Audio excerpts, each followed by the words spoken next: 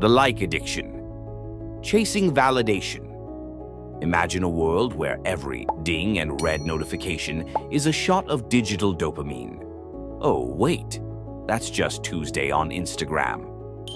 Welcome to like addiction, the gatekeeper to social approval in the 21st century. Suddenly, the small heart beneath your photo holds more emotional gravity than a Shakespearean sonnet. But how did this start? The concept isn't new. Since the earliest tribal days, humans have sought validation. It was crucial for survival. Flash forward, and what once was a nod from the village is now a thumbs up from @catmom_2022. A 2012 study found that social media likes activate the same brain regions as eating chocolate. Is this the world Willy Wonka imagined? Oscar Wilde once quipped, "The only thing worse than being talked about is not being talked about." Today, swap talked about for liked, and you've got the social media gold rush. But here's the catch. When our happiness hangs by the thread of digital affirmation, are we ever truly satisfied? Or are we just pressing refresh, chasing a vanishing high? Like hunting, the new age snipe hunt you never wanted. FOMO frenzy, social media's fear factor. Ever find yourself staring at a friend's beach selfie while marinating in leftover pizza and regret? That tingling sensation is FOMO, fear of missing out, a phenomenon older than Facebook, but with a modern megaphone. Ancient Greeks called it phonos, a longing for what others have, but Aristotelian envy couldn't compete with TikTok's algorithmic envy injection. The term FOMO was only coined in 2004, but it's exploded alongside our feeds. Now, social media isn't just a gallery of memories, it's a highlight reel of everything you're not doing.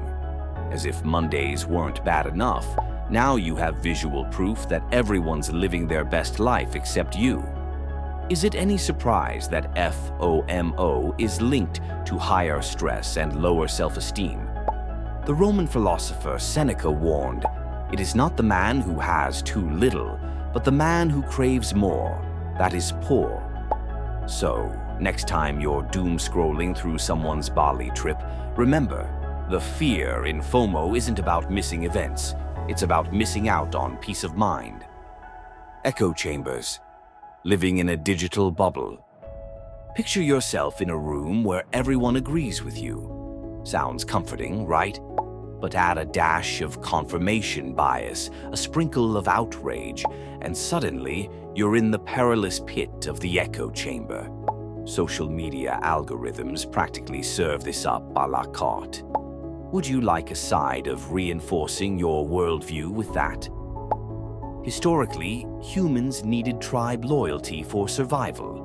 In the digital age, our tribes become online communities, often walled off from dissenting views.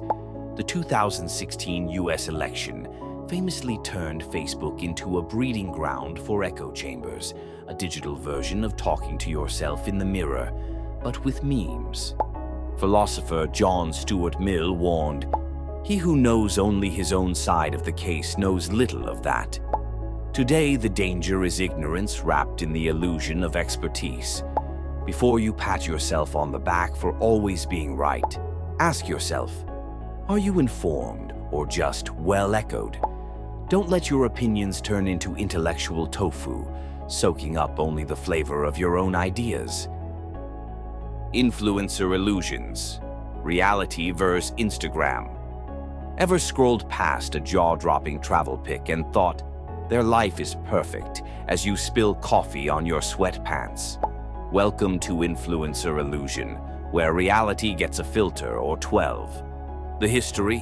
Celebrity culture 2.0. From movie stars to micro-influencers, now anyone with ring lighting and a knack for hashtags can curate envy-ready content. But let's zoom out. A 2019 survey found that 60% of people felt worse after comparing themselves to influencers. Sound familiar? Philosopher Jean Baudrillard described this as the hyper-real, simulated images replacing reality.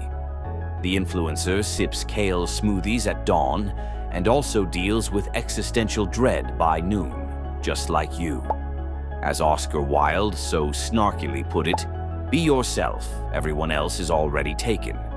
But on social media, everyone seems to be someone else, and often no one's really sure who that is. Should we blame soft-focus selfies? Or is it just the latest chapter in humanity's age-old love affair with masks? Scroll hole, the infinite loop of distraction. Ever set out to check a single notification and 3 hours later find yourself watching a raccoon bake a cake? Congrats, you've fallen into the scroll hole, the digital black hole where time disappears faster than your willpower on a Monday morning. Scrolling as a habit is rooted in what psychologists call variable reward, the same principle Las Vegas slot machines use. Just one more pull quickly becomes 127. Insta, TikTok, and Facebook are all marvels of modern distraction. Even Nobel laureate Herbert Simon saw it coming. A wealth of information creates a poverty of attention. Ancient monks practiced mindfulness while walking lotus gardens. We, on the other hand, practice thumb yoga. So, next time you emerge from a scrolling stupor, ask yourself, what was I even looking for? Spoiler alert, meaning isn't measured in pixels per second. But hey, at least now you know how to bake a cake. Sort of. Cancelled culture. The dark side of outrage. One day you're trending, the next you're a meme for all the wrong reasons. Cancel culture is the 21st century's social guillotine, swifter and sometimes far less merciful. But public shaming is as old as civilization. Think stocks in the town square, minus the hashtags. The modern twist, mass participation and speed. In 2015, the term exploded when celebrities and regular people alike were cancelled for real or perceived missteps. Sociologist Emil Durkheim argued that societies enforce norms through punishment. Social media turned this into a spectator sport, a kind of digital Roman Colosseum. A witty observation: to err is human, to forgive unlikely if it trends on Twitter. Outrage may feel righteous, but are we teaching lessons or just sharpening pitchforks? Before you join the mob, consider today's executioner can be tomorrow's victim, guilty until proven viral. Algorithm anxieties, how they control us. Quick, who's really in charge of your feed? If you said me, algorithms just laughed. Social media giants like Facebook, YouTube, and TikTok use complex formulas that know you better than your childhood diary.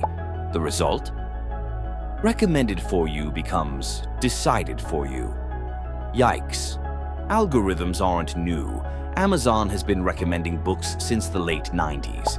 But today's algorithms do more than predict taste. They shape attention, opinions, even moods. As computer scientist Kathy O'Neill says, algorithms are opinions embedded in code. Here's a scary metaphor. If your feed is a buffet, algorithms are the invisible chefs sneaking extra dessert onto your plate. Tasty, but at what cost? Are your choices yours, or are you just a data point? Maybe it's time we peeked into the kitchen and asked for the recipe. Meme meltdown. When humor turns toxic. Memes, the internet's native language. At first, they're harmless, a dancing baby here, a distracted boyfriend there. But what happens when humor crosses the thin, pixelated line into toxicity? Meme meltdown is the dark side of digital wit. Memes have ancient roots. Even the term comes from Richard Dawkins' 1976 book, The Selfish Gene, describing how ideas spread like genes. Fast forward, and memes now swing elections, spark feuds, and sometimes, oops, turn mean. Author Mark Twain said, "Against the assault of laughter, nothing can stand."